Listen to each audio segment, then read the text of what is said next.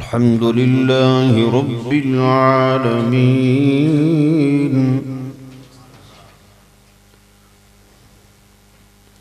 والصلاة والسلام على أشرف الأنبياء والمرسلين وعلى أصحابه أجمعين.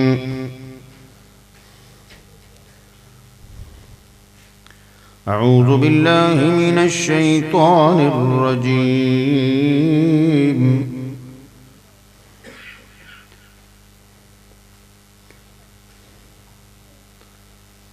بسم الله الرحمن الرحيم.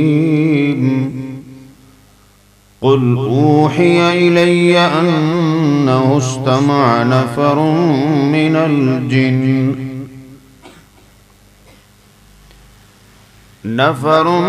الجن فقالوا إنا سمعنا قرآنا عجبا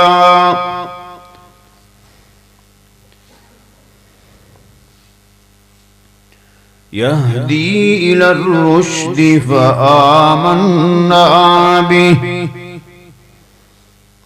ولن نشرك بربنا أحدا.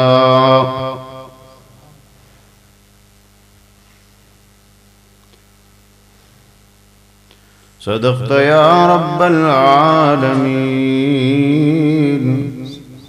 اللهم صل وسلم على نبينا محمد.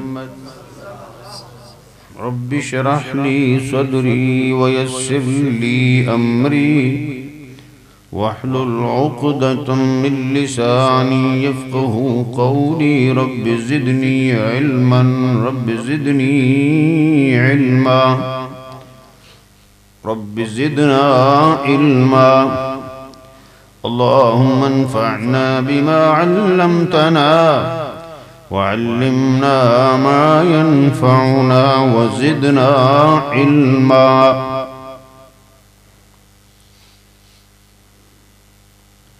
اللہ بزرگ و برتر کی حمد و ثنا، جو ہمارا سچا معبود برحق الہ ہے. درود و سلام نبی مکرم رحمت عالم صلی اللہ علیہ وسلم کے روح انور پر، جسد اطہر پر.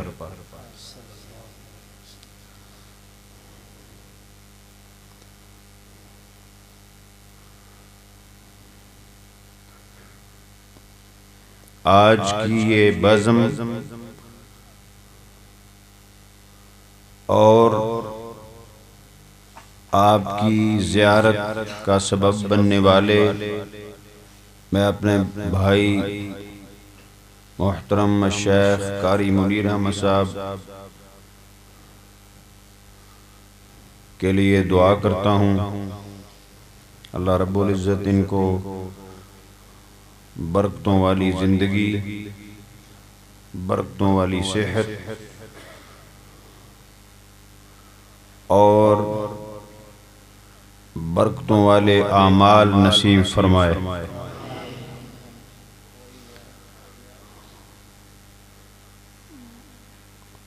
حقیقت یہی ہے، حدیث قدسی ہے، رب فرماتے ہیں جل شانہ انا عند ظن عبدی بی، میرا بندہ میرے ساتھ جیسے گمان کرتا ہے میں اپنے بندے کے ساتھ ویسا ہی ہوتا ہوں.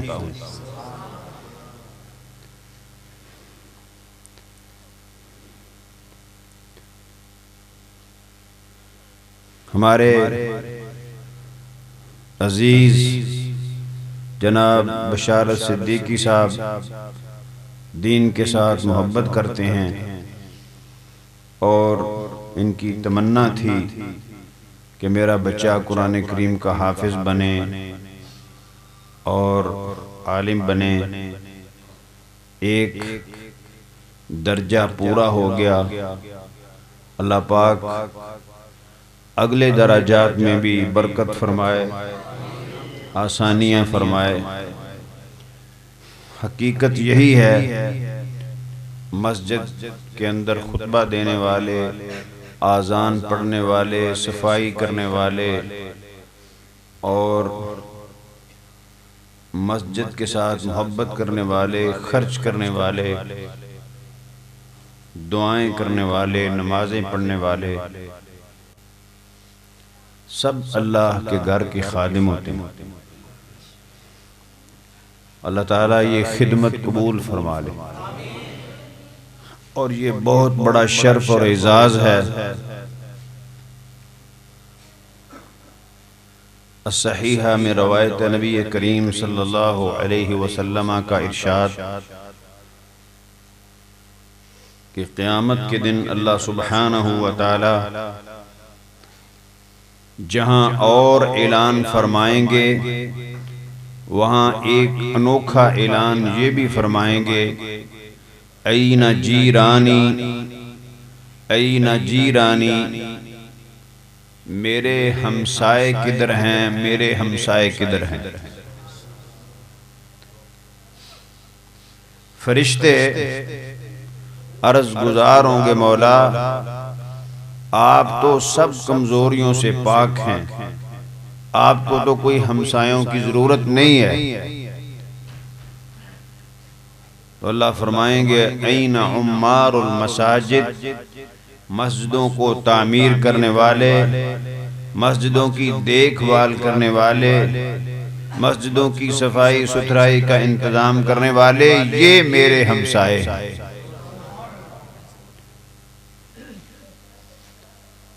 اور یہ شرف قسمت والے لوگوں کو نصیب ہوتا ہے، عام لوگوں کو یہ شرف نصیب نہیں ہوتا۔ اللہ تعالیٰ کسی بندے کو یہ دولت دے دے۔ اکثر میں ایک مثال دیا کرتا ہوں، مثال بھی ہے اور واقعہ بھی ہے۔ بیگم کوٹ کے اندر ایک مزدور جب اس کو دیہاڑی نہیں ملتی تھی،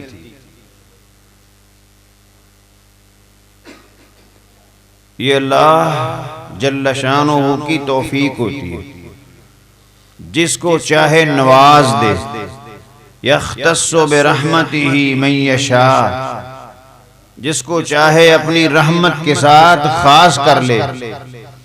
ایک مزدور آدمی، لیکن سوچ کتنی پاکیزہ ہے، سوچ کتنی اعلیٰ ہے۔ جب اس کو دیہاڑی نہ ملتی تھی، اس دن پھر وہ یہ کرتا تھا کہ ادھر سے اڈے سے اٹھ کر مسجد میں آ جاتا، وضو کرتا، اور وضو کر کے مسجد میں داخل ہو رہا ہوتا، اور آسمان کی طرف توجہ کر کے دھیان کر کے کہتا، مولا کوئی بات نہیں، دیہاڑی نہیں ملی تو کوئی بات نہیں، آج ساری دیہاڑی تیرے نام پر وقف کر دی۔ زہے قسمت۔ پھر وہ سارا دن کبھی نفل پڑھ رہا ہے، کبھی تلاوت کر رہا ہے، کبھی ذکر کر رہا ہے، اور کہتا یہی ہے کہ میرے مولا آج دیہاڑی ساری تیرے نام پر لگا دی، دن بھر تیری چوکیداری کروں گا۔ ورنہ لوگ جب فارغ ہوتے ہیں تو تاش کھیلنا شروع کر دیتے ہیں، فارغ ہوتے ہیں تو حقہ پینا شروع ہو جاتے ہیں، فارغ ہوتے ہیں تو سگریٹ پیتے ہیں، فارغ ہوتے ہیں تو پان کھاتے ہیں۔ یہ زندگی قیمتی ترین زندگی ہے۔ میں دعا کرتا ہوں، اے اللہ مجھے اور میرے ان سارے بھائیوں کو، علماء کو بھی، خطیبوں کو بھی، مہمانوں کو بھی، میزبانوں کو بھی، سب کو برکتوں سے مالا مال کر دے۔ ہمیں اپنی زندگی سنوارنے کی توفیق دے دے، سنبھالنے کی توفیق دے دے۔ حقیقت یہ ہے کہ قرآن جو ہم پڑھتے ہیں دیکھتے ہیں یہ جو اللہ سبحانہ و تعالی نے سورہ بقرہ کے شروع میں ارشاد فرمایا الف لام میم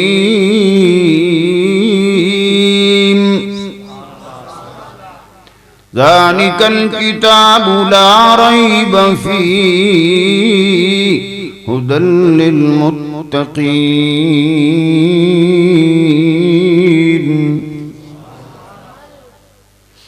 کمال یہ ہے میرے رب نے، میرے مالک نے یہ نہیں فرمایا اس میں شک نہ کرنا، اس میں شک نہ کرنا، ارشاد فرمایا میری اس کتاب میں شک ہے ہی نہیں،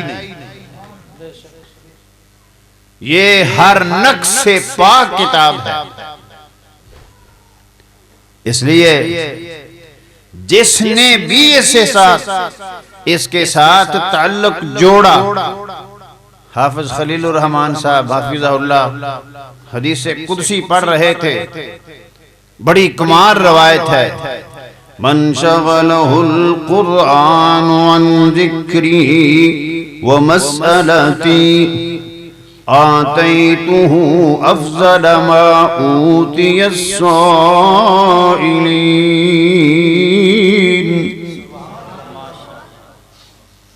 جس کو بھی، شہری کو، دیہاتی کو، مرد کو، عورت کو، دھرتی اس پوری زمین پر، روئے زمین پر جو بھی جس کو قرآن نے مشغول کر دیا، قرآن کی تلاوت نے مشغول کر دیا، قرآن کریم کے پڑھنے نے مشغول کر دیا، اس کے سمجھنے سمجھانے نے مشغول کر دیا، من شغلہ القرآن عن ذکری ومسألتی، کہ وہ قرآن ہی پڑھتا رہا، نہ میرا ذکر کر سکا، نہ مجھ سے دعا کر سکا، آتیتہ افضل ما اوتی السائلین۔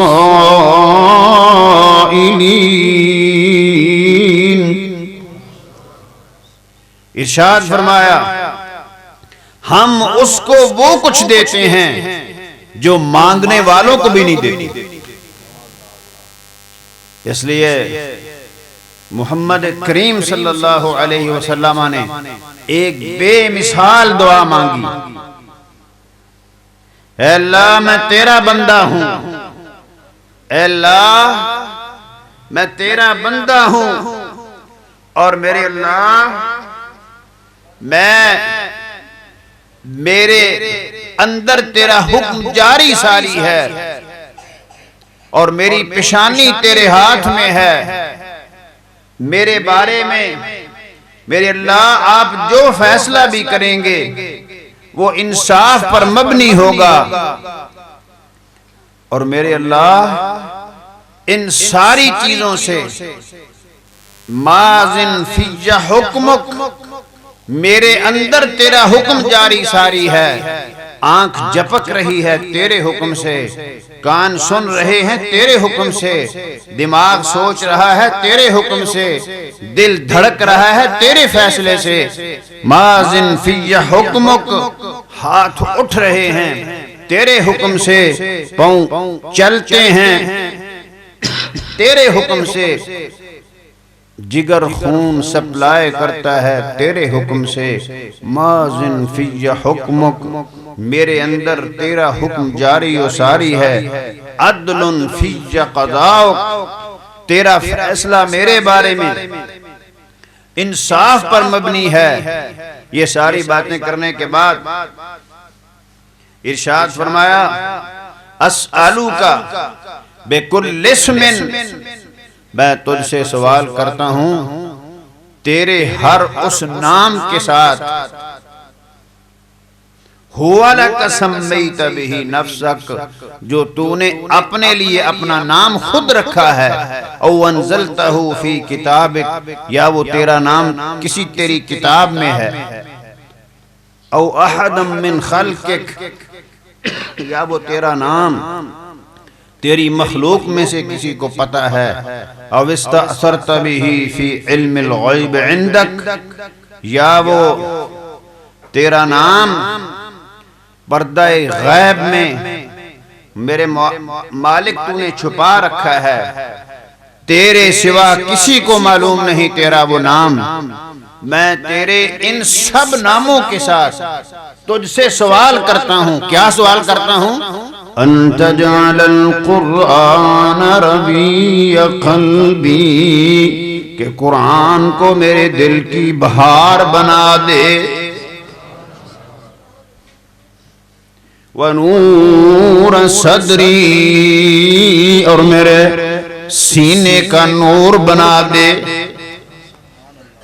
وجلاء حزنی وذہاب ہمی، اور میرے غموں کا اسے تریاق بنا دے، اور میرے حزن ان کو یا اللہ قرآن کے ساتھ روشنی دے دے، میں قرآن کی روشنی کا طلبگار ہوں۔ تو میرے بھائیوں، قرآن اللہ تعالیٰ کا بہت بڑا انعام ہے، اور اس کسی کو توفیق مل جانا کہ وہ قرآن پاک پڑھے، یہ اس کا خصوصی انعام ہے، کیونکہ اللہ تعالیٰ نے ارشاد فرمایا وَقَالَ الَّذِينَ كَفَرُوا لَوْلَا نُزِّلَ عَلَيْهِ الْقُرْآنُ جُمْلَةً وَاحِدَةً كَذَلِكَ لِنُثَبِّتَ بِهِ فُؤَادَكَ وَرَتَّلْنَاهُ تَرْتِيلًا۔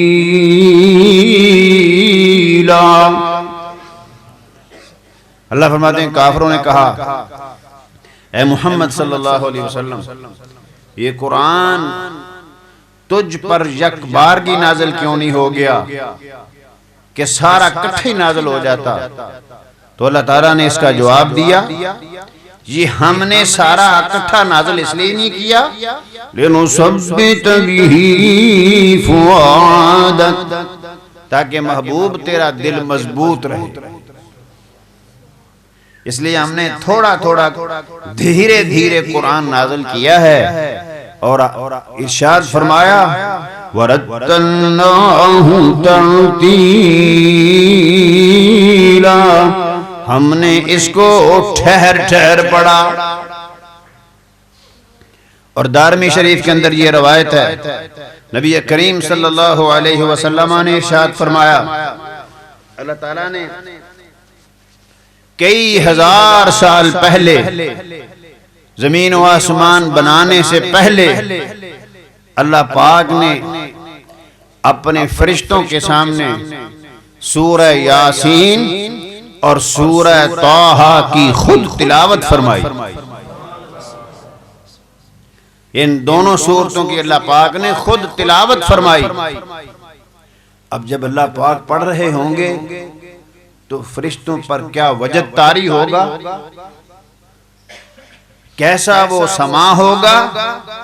تو فرشتے قرآن سن کر بول اٹھے طوبیٰ لأمت طوبیٰ لأمت، وہ امت اس کو مبارک ہو لأجواف تحمل ھذا، جن کے پیٹ جن کے سینے قرآن اٹھائیں گے اس امت کو مبارک ہو۔